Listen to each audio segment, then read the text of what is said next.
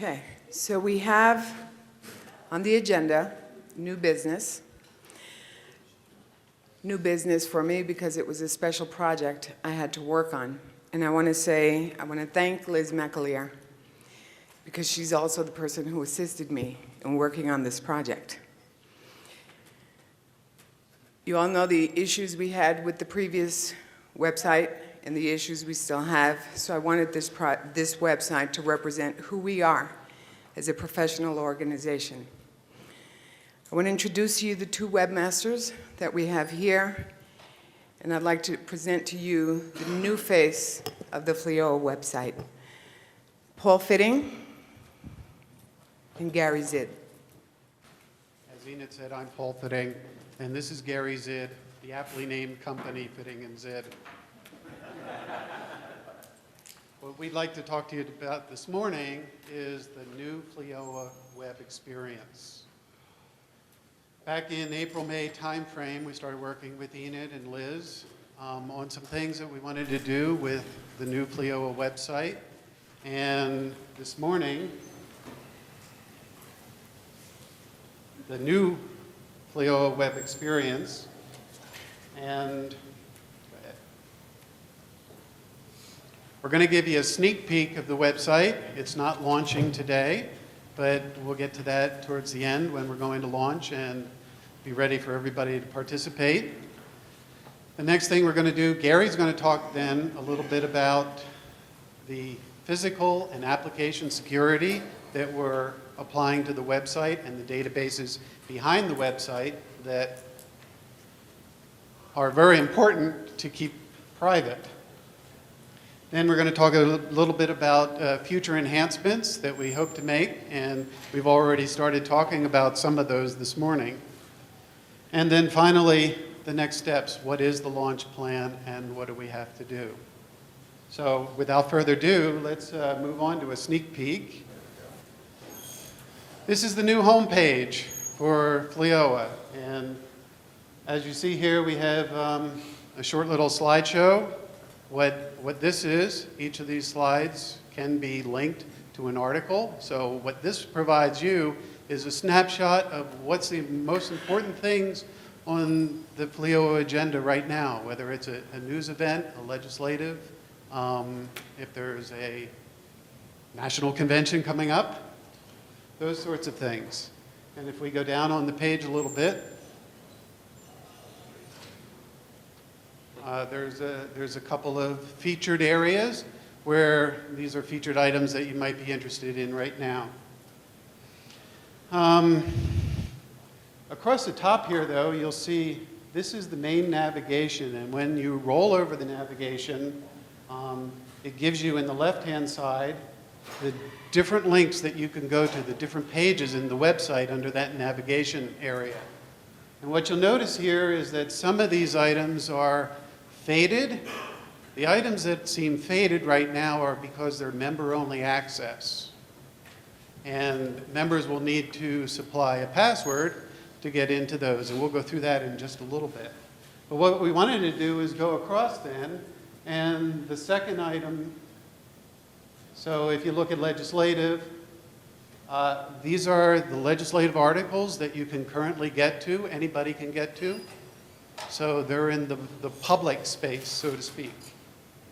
And then news and events, there's all different types of news and events and the different categories that you can get to will come right up here. In member services, we'll have membership and the profile and all the stuff you used to get to with the old website. And then also things about for retired members, your chaplain services, and useful links. So whereas you had to go to a lot of different places before, now you can just get to those sorts of links that you want to get to. And if we look down in the navigation panel, you see that there's a space right here we have for videos. And if you click on the video, it'll start playing. We don't have sound here. Oh, it's here, but it's not out here. But you'll be able to get to different videos that are there, and we'll have a page eventually for all sorts of videos. If we stop that, and there's also a link to the online store. What we've done with the store, what we've done with admin is we've placed these in different areas in the site. Gary's going to talk about that a little bit, because these are all involved with different databases. And databases can be accessed, and what we want to make sure is that, you know, the site is as secure as possible. We can go to the store for just a minute. You can go to apparel, and this opens up a brand new page. And you can click through and order your shirts or go to hats and pins and those sorts of things. Gary's going to talk a little bit about security now on the site. Regular security is a big issue, especially since, you know, what happened that months ago. What we have done differently. Microphone. Can you hear me? Yeah. Sorry. I know security's been an issue. Actually, it's how we got involved with this, and since what we've done is the sites, just we work with a provider, U.S.-based hosting provider. It's in Dallas. It's Rackspace. It's one of the top premier hosting providers. They have a secure facility that we utilize. It requires key card access from all the employees. It's got power backup. It's got redundant networks. It's got redundant air conditioning. So the site, it's hard to down. The other part about that is that they also can actually move, if that site is hit with like a tornado or something, it's flooded, whatever, they can physically move that entire site to another off site. So what that means is you have large availability. You know, network access is always there. They guarantee 100% network availability. And they also have the site, they have the recovery capability. So the way the site's backed up, we can take a complete image of the site and get it up within about a half an hour if something physically happens to the facility, because of the way the backup sets up. The other thing is that a lot of attacks that come through websites is they try to get in through secure shells, through if you have database access utilities. They basically try to hack the user password. So password attacks are large, a lot of it. So there's a lot of number of ports, what they call ports on the servers that people can attack to get to different parts of the system. They get to the database, they try to get through FTP, they try to get to login or remote administration. What a firewall does is it basically isolates the system from the network. So people that are trying to attack can't see the actual address that the machine where all the data sits. They cannot see that actual machine address. So it makes it much harder for them to physically attack the machine because they have to tunnel through a remote firewall. The other thing is the firewall, we only leave 2 ports open. One is for FTP access, and that's only for a select number of people that need to actually load information on the system. That's all done through isolation. And the other one is the normal port that has to be open, and that's to get to the actual website. So there's really only 2 methods that are open when you get the firewall in place. So that's another addition that you didn't have with the previous site. The other thing is it's a virtual private server. You're not being shared among 100 or 1,000 other websites, and who knows what's on those. It could be, there's hackers on it. There's hackers that actually have websites to hack. They run websites. So you're on a private server. It's also part of the cloud system, which is virtual. There's a large bank. They have a lot of redundant power supplies for those. So the physical hardware itself, not the facility, but the actual machine that you're sitting on, is completely backed. It's redundant. They have redundant disks. They have redundant power supplies. So you're basically running it on a private server. There's 100% network availability from Rackspace. So what they've done is they've engineered a network that essentially doesn't fail. They guarantee that it will be up 100%. We've been with them for how many years now? About 7 years, and we've yet to see a network failure. We're not going to wood it. But they've been very, very good as far as the network availability. They do guarantee their SLA availability. The other thing is that we have managed services with them. They're available 24 by 365. If you get hacked or if something happens to the server, there's some physical problem, they have experts there that we can call that they work with. They help us rebuild the machines, get them moved over, whatever. Things happen. Hardware does go down occasionally. There's things. So they have a complete support facility that's there 24 by 365. They're there every day of the week. And they will work with you around the clock. We have stuff scheduled. Like if you need something done in the early morning, like a reboot of the machine, they actually have somebody in London that will actually run it at their time, which is in the middle of the night for us. So, basically most people aren't on the site, so we can schedule things, through them. So that's pretty much the physical security of the system. The application security, like I said, it is a website. People do get access to it. There are 2 ways in. Most of the ways they come in is through is what they call through the HTTP port, which is the website port. So what we've done is we've set up, and you saw some of the login security. Most of the files on the server are going to be protected. So if you tell us that this file can only be accessed by somebody that can log into the system, from a member, then using the built-in authentication authorization mechanisms that Microsoft provides, they have that tool. We will prevent anybody from, through the limits of that software system, having access to files. So there's files up there like you have PDF files. You have image files when you upload your 1811 images and things like that through the submitted news article. All those are going in a protected area. Even if you know the PDF for that, which is once you know a URL address, you can pull that information off. We protect that. You have to have login. It'll ask you to log in to actually see any of those things. So any images you upload, any PDF files, anything that's put onto the system is going to be behind the password protection. So you have to be a member, and you have to be a member in good standing so that you can actually access any of the files that are on the system. On the other hand, there's a lot of stuff that you want available because you want new members that people aren't. You also want it, for congressmen, you want it, for socializing the activities that you do, you want that public. So there are public areas of the website that people, can access that are what they call anonymous users. So they don't have to be members, but you have to make the decision when you give us material to put on the site or you give it to Tony's crew. We have to know whether it's protected, only, for your eyes only, or for public use. So, that's how the site's set up. And we use that. That's built in with part of the Microsoft toolkit. The other thing is that we partition the databases. The old one was one big hodgepodge. What we've done is we split it into 3 different databases. So if, like the shop is completely separate, that runs whoever buys the material off of that, that's the login. That's completely separate site.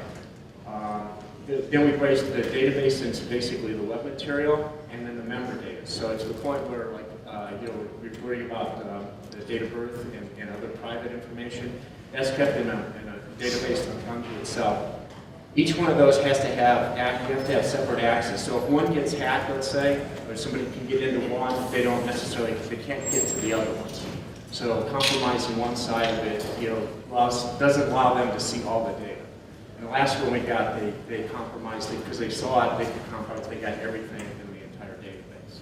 So this one, what we've done is we've partitioned that to make it much, much harder to even if there is a breach, they can only see a certain piece of it. Other way that people get into the systems is through what they call SQL injection, and that's by putting bogus information into the URLs. There's a couple ways to protect against that. One is we've written the code in a way that uses what they call strongly typed information. It means that anything that tries to come in through that injection mechanism, it's going to be dumped out as basically that. And there's two layers of protection there. One is at the operating system level, and one is at the code level.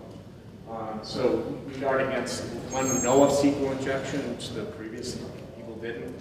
We know about SQL injection attacks, and so we've tried to protect as best with the best tools and techniques. We have restricted file uploads and downloads, and we've talked about that. You can, another way to get into a site is to upload basically a Trojan and then execute it. What we've done is when you send in files, we rename them, we put them in private areas, and then you're going to have passwords to get to them. Once the files are there, like I was talking about before, once they're there, you can only access them if you actually have access to the system through your user information. And then the last part is the normal SSL encryption, which is, if you put in passwords and IDs and things like that, it will all be under SSL, which is the normal, like you log on to any e-commerce site or something like that, you see the little HTTPS. That's just normal encryption. So that'll be protected. Any questions? So we'd just like to finish up with a couple of slides, future enhancements, unless we don't have those. Oh, future enhancements. Less paper, more email. It's always good to get away from paper more and more. It seems like the whole world is. So right now we know that only about half, maybe 60% of FLEOA has their email address, has an email address in their profile. We'd like to see this increase so that more and more contacts can be made through email. So if an agency or a chapter has something that they want to share with their members, that instead of sending a letter, you can now send an email. So we'd like to see that happen more. Rob Snyder, he presented us with a plan to move to chapter sites in the future, some chapter sites, and we've heard some talk about agencies as well. So those are things that we'll be working with Enid and Liz with to put together the requirements so that we get what you want. And more automation. So right now on the website, the agency president's list and the chapter president list, that's all static. What we want to get to is that we just pull that information right out of the database and plug it in to the chapter list, chapter president list, or the agency list. We want to be able to send you email messages on renewal, so those sorts of things will be automated as well. And any other ideas that come up, we'll try to automate those too. The next steps, launch date is October the 10th. That's when you put in www.fleoa.org into your browser, that you will come to the new site. And if you want to access the information, you're going to need to create a new password on the new site. So how's that going to be accomplished? We're going to be able to move over from the old site all of your profile information except for your password, because the password is encrypted on the old site in a non-breakable encryption that we can't use with the new tools that we've put together here. So what we're going to need from you guys is to create a new password. How's that going to work? One of the things, there's 3 different ways. The first way is you will receive an email with a link, an individual link to the new site. And that way we'll know who you are in coming to the new site, and we'll ask you to create a new password. And then you'll be able to get in and use that password from then on. If you don't have an email and